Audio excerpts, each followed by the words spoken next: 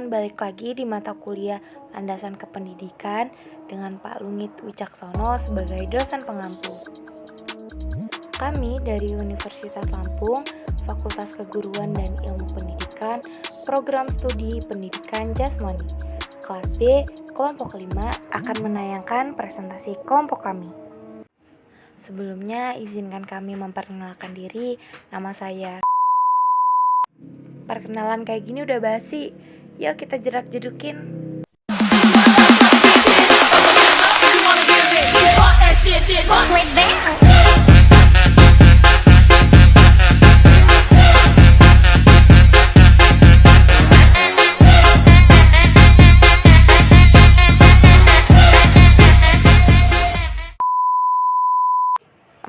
Oke, udah. Jadi materi kami ialah sumbangan pendidikan dan pembangunan. Banyak banget sih materinya.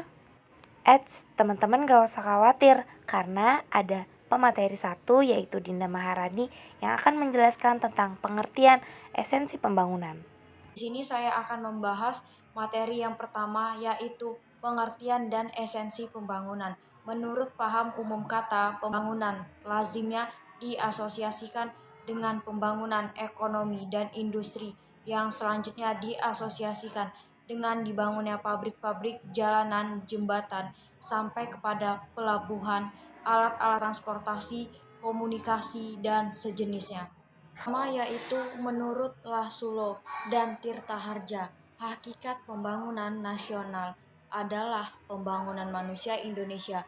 Pernyataan tersebut diartikan bahwa menjadi pembangunan adalah manusianya, yaitu dapatnya dipenuhi sebagai hajat hidup jasmaniah dan rohaniah, yang dimana sebagai makhluk individu, makhluk sosial, dan makhluk religius, agar dengan demikian dapat meningkatkan martabat selaku makhluk. Menurut Lassulo dan Umar Tirtaharja pada tahun 2005. Dua yang dimana jika pembangunan bertolak dari sifat hakikat manusia berorientasi kepada pemenuhan hajat hidup manusia sesuai dengan kodratnya sebagai manusia, maka dalam ruang gerak pembangunan manusia dapat dipandang sebagai objek dan sekaligus sebagai subjek pembangunan itu sendiri. 3. Potensi-potensi kebaikan yang perlu dikembangkan aktualisasinya seperti kemampuan berusaha, berkreasi, kesediaan menerima kenyataan, berpendirian, rasa bebas yang bertanggung jawab yang dimana meliputi kejujuran, toleransi, rendah hati, tenggang rasa, kemampuan bekerja sama, menerima, melaksanakan kewajiban sebagai keniscayaan, menghormati hak orang lain, dan seterusnya. Yang keempat, yang dimana pendidikan merupakan usaha dalam diri manusia, sedangkan pembangunan merupakan usaha keluar dari diri manusia. Pendidikan menghasilkan sumber daya tenaga yang menunjang pembangunan, yang dimana hasil pembangunan dapat menunjang pendidikan dalam artian pembinaan, penyediaan sarana, dan seterusnya. Baiklah, materi yang selanjutnya akan dijelaskan oleh rekan saya yaitu Ega Kalista yang berupa pemateri yang kedua yang dimana sumbangan dalam pendidikan. Gimana? Teman-teman udah cukup ngerti belum tentang pengertian dan esensi pembangunan? Karena kita bakal lanjut ke materi selanjutnya yang akan dibahas oleh Ega Kalista. Oke, materi yang kedua adalah sumbangan pendidikan dalam pembangunan. Ternyata pendidikan dan pembangunan itu mempunyai kaitan yang erat. Karena apa? Pendidikan sendiri itu adalah sebuah usaha yang mana nantinya akan menghasilkan atau mampu menghasilkan sumber daya manusia atau yang sering kita sebut dengan SDM. Sedangkan pembangunan adalah sebuah usaha pada diri manusia yang mana nanti akan menunjang pendidikan tersebut. Nah, contohnya apa sih? Contohnya adalah pembinaan, penyelidikan saran, dan lain-lain. Pendidikan menduduki posisi sentral dalam pembangunan karena sasarannya adalah peningkatan kualitas sumber daya manusia itu sendiri. Oke, ada juga peran pendidikan dalam pembangunan nasional. Tentunya peran pendidikan dalam pembangunan sebuah negara itu sangatlah penting. Karena apa? Karena pada dasarnya begini, negara yang maju itu sudah pasti memiliki mutu pendidikan yang sangat baik atau yang sangat bagus. Jika negara itu mempunyai para penerus yang cerdas dalam pendidikan, sudah pasti para penerus yang cerdas itu mampu memperbaiki pembangunan dalam negaranya tersebut. Jadi pendidikan sangatlah penting untuk menentukan kedudukan. Materi selanjutnya adalah paradigma sosialisasi melihat peran pendidikan dalam pembangunan adalah 1. Mengembangkan kompetisi individu. 2. Kompetisi yang lebih tinggi tersebut diperlukan untuk meningkatkan produktif. 3. Secara umum, meningkatkan kemampuan warga masyarakat dan semakin banyak warga masyarakat yang memiliki kemampuan akan meningkatkan kehidupan masyarakat secara keseluruhan. Finalnya, oleh karena itu, berdasarkan paradigma sosialisasi ini, pendidikan harus diperluas secara besar-besaran dan menyeluruh kalau suatu bangsa meningkatkan kemajuan. Materi yang kedua, paradigma yang menegaskan bahwa pembangunan merujuk Cornwalek Baset ekonomi tampak kian dominan. Yang pertama, kemajuan ekonomi dalam banyak hal bertumpu pada basis dukungan ilmu pengetahuan dan teknologi. Yang kedua, hubungan kuasalitas antara pendidikan dan kemajuan ekonomi menjadi kian kilat. Yang ketiga, pendidikan menjadi pergerak utama dinamika perkembangan ekonomi yang mendorong proses transformasi struktural berjangka panjang.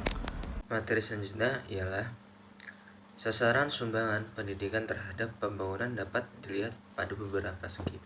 Segi yang pertama, segi sasaran.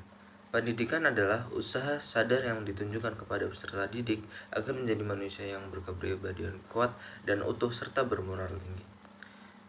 Segi lingkungan terdiri menjadi 3. Yang pertama, lingkungan keluarga. Di dalam lingkungan keluarga, anak dilatih berbagai kebiasaan yang baik, habit formatir, tentang hal-hal yang berhubungan dengan kecekatan, kesopanan, dan moral. Yang kedua, lingkungan sekolah. Di lingkungan sekolah, pendidikan formal, peserta didik dibimbing untuk memperluas bekal yang telah diperoleh dari lingkungan kerja, keluarganya berupa pengetahuan, keterampilan, dan sikap. Yang ketiga, lingkungan masyarakat. Di lingkungan masyarakat, pendidikan non formal, peserta didik memperoleh bekal praktis untuk berbagai jenis pekerjaan. Segi jenjang. Pendidikan dasar merupakan basic education yang memberikan bekal dasar bagi pendidikan menengah dan pendidikan tinggi. Selanjutnya, segi pembinaan kerja atau sektor kehidupan pembinaan kerja menurut sektor kehidupan meliputi antara lain. Yang pertama, bidang ekonomi yang terdiri dari 40%, yang kedua bidang keuangan yang terdiri dari 30%, yang ketiga ada bidang hukum yang terdiri dari 20%, dan yang terakhir ada bidang sosial politik yang terdiri dari 10%. Selanjutnya, sumber-sumber dari nilai budaya bangsa. Yang pertama, ada agama. Masyarakat Indonesia adalah masyarakat yang beragama. Oleh karena itu, kehidupan individu, masyarakat, dan bangsa selalu didasari ajaran agama dan kepercayaannya. Secara politis, kehidupan kenegaraan pun didasari pada nilai-nilai yang berasal dari agama. Selanjutnya yang kedua adalah Pancasila. Negara Kesatuan Republik Indonesia ditegakkan atas prinsip-prinsip kehidupan kebangsaan dan kenegaraan yang disebut Pancasila.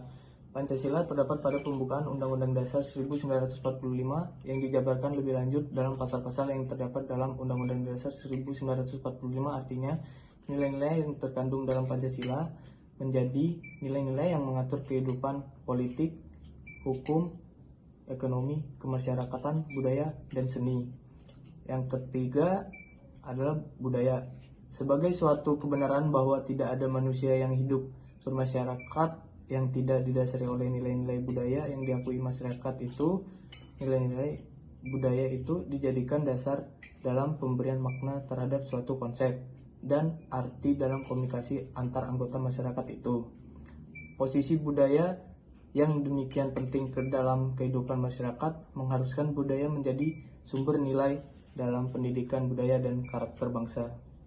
Baik, setelah pemateri-pemateri sebelumnya menjelaskan tentang materi kami, Saya harap teman-teman dapat mengerti tentang materi kami yang berjudul Sumbangan Pendidikan dalam Pembangunan. Izinkan saya menyampaikan kesimpulan sebelum menutup presentasi kami, yaitu pendidikan memiliki misi yang dimana akan membangun manusianya terlebih dahulu. Ketika manusia yang sudah terbentuk dalam segi fisik maupun sosial yang baik, manusia tersebut akan menciptakan lingkungan yang baik pula. Terima kasih, saya akhiri kami dari kelompok 5. Wassalamualaikum warahmatullahi wabarakatuh.